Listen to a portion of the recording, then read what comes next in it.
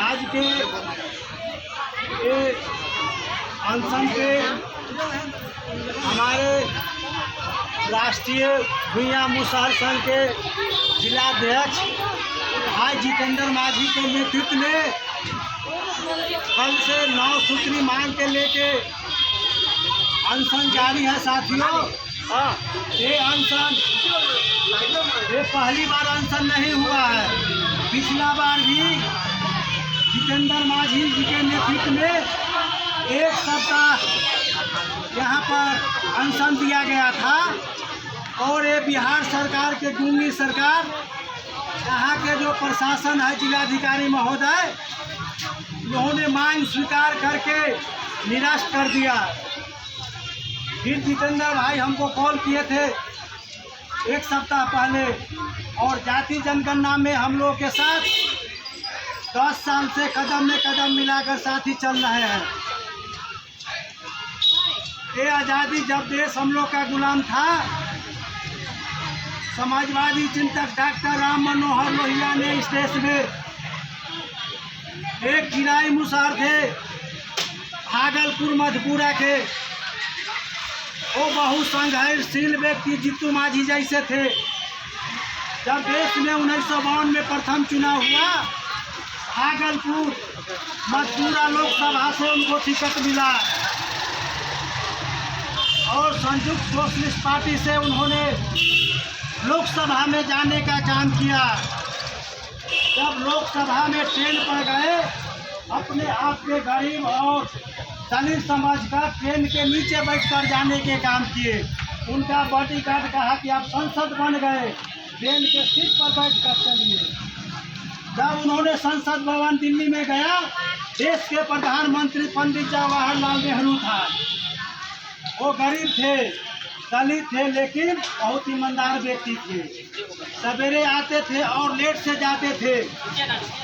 प्रधानमंत्री ने कहा कि क्या बात है, संसद महोदय बहुत लेट से आते हैं, बहुत लेट से जाते हैं।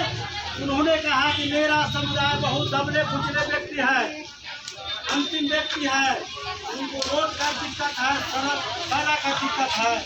मैं समझता हूँ कि आप लोग इस विषय पर काम कर रहे हैं। उनसे मांग किया कि आपका मांग क्या होगा, तो फर्स्ट बार उन्होंने मांग किया जो आज इनार खनाया हुआ है वो किराई मुसहर का देन है। उन्होंने कहा प्रधानमंत्री जी, हम लोग का समुदाय जो है एक तरफ सुअर पानी पीता है, उसी कुआं में हम लोग का समुदाय पानी पीता है। एक किराई मुसहर का देन है। आज ये इंदिरा आवास सुन रहे हैं, इंदिरा आवास पहले नहीं था, प्रधानमंत्री इंदिरा गांधी नहीं थी, जवाहरलाल नेहरू था। ये आवास योजना पास कराया हुआ किराए मुसहर का है। उन्होंने मांग किया था पैरा, लोग तक मजाक उड़ा दिया कि तेरा मांगा है, किराए मुसहर का तेरा मांगा है। पैरा उन्हीं का देन है, इंदिरा आवास उन्हीं का देन है, पानी पीने वाला उन्हीं का देन है।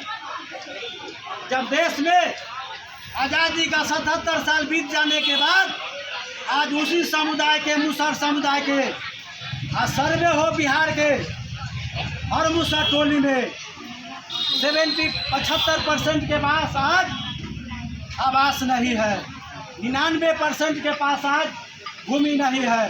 डॉक्टर राम मनोहर लोहिया ने नारा दिया था, 100 पाने बांधेगा, पिछड़ा पावे 100 में 60, जब तक भूखा इंसान रहेगा धरती पर तूफान रहेगा। उन्होंने गरीब व्यक्ति को लोकसभा विधानसभा भेजने के काम किए।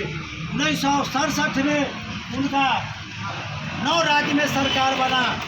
1990 आते आते 95 आते आते देश में फिर से वही हो गया।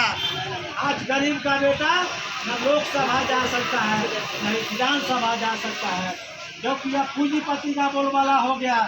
वही व्यक्ति आएगा, रुपया लेकर आएगा, खर्चा करेगा, 100 आदमी वोट देगा। आज उसी का शासन है, बिना कमीशन का कोई काम नहीं होता है। तो हम लोग जनहित अभियान के राष्ट्रीय संयोजक राजनारायण जी के नेतृत्व में जो गुलाम भारत में जाति जनगणना के लिए आंदोलन हुआ था, हम लोग के साथ भाई जितेंद्र मांझी जी 10 साल से कदम में कदम मिलाकर चल रहे हैं।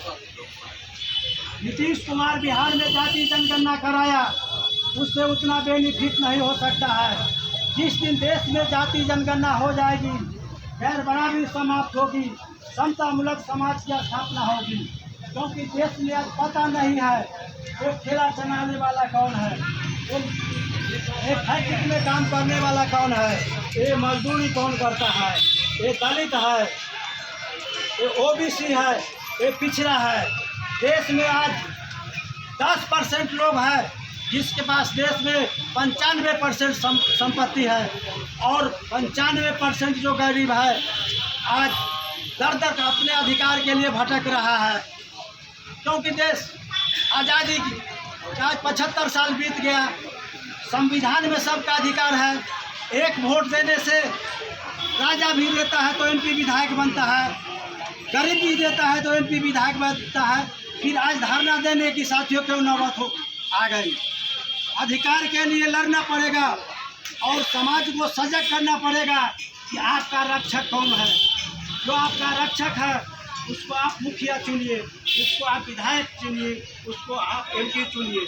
फिर वही रुपया वाला आएगा, वो अपना जो 1 लाख रुपया पूंजी लगाया है वो अब 5 लाख का कोशिश करेगा। और लड़ाई लड़ने से जब बच्चा रोता है तब उसको माँ दूध पिलाती है। आप अधिकार के लड़ाई लड़िएगा तब ये सरकार आपका अधिकार मिलेगा। लड़ाई नहीं लड़िएगा ये सरकार अधिकार का लड़ाई देने वाला नहीं है। क्योंकि पिछला साल भी हम लोग इसी ढंग से जीतू भाई अल्सन पर बैठे हुए थे, हम लोग का समर्थन है। और जब तक हम लोग का मांग पूरा नहीं होगा, हम लोग का आंदोलन जीतू भाई समाप्त नहीं होगा। इस सरकार को ईंट से ईंट बजा देंगे। क्योंकि संविधान में लिखा हुआ है मौलिक अधिकार, तो फिर एक गैर बराबरी क्यों है। और जो 5% लोग हैं उसके देश में 95% संपत्ति है। जो 95% लोग हैं उसके पास 5% गैर बराबरी क्यों है। ये भारत सरकार से लेकर बिहार सरकार तक जवाब देना पड़ेगा। क्या हमारे संविधान में इस ढंग का अधिकार नहीं है। अधिकार के लिए हम लोग का लड़ाई लड़ना पड़ेगा। जय हिंद, जय भारत। हरिश्चंद्र प्रसाद यादव, लोहिया के लोग।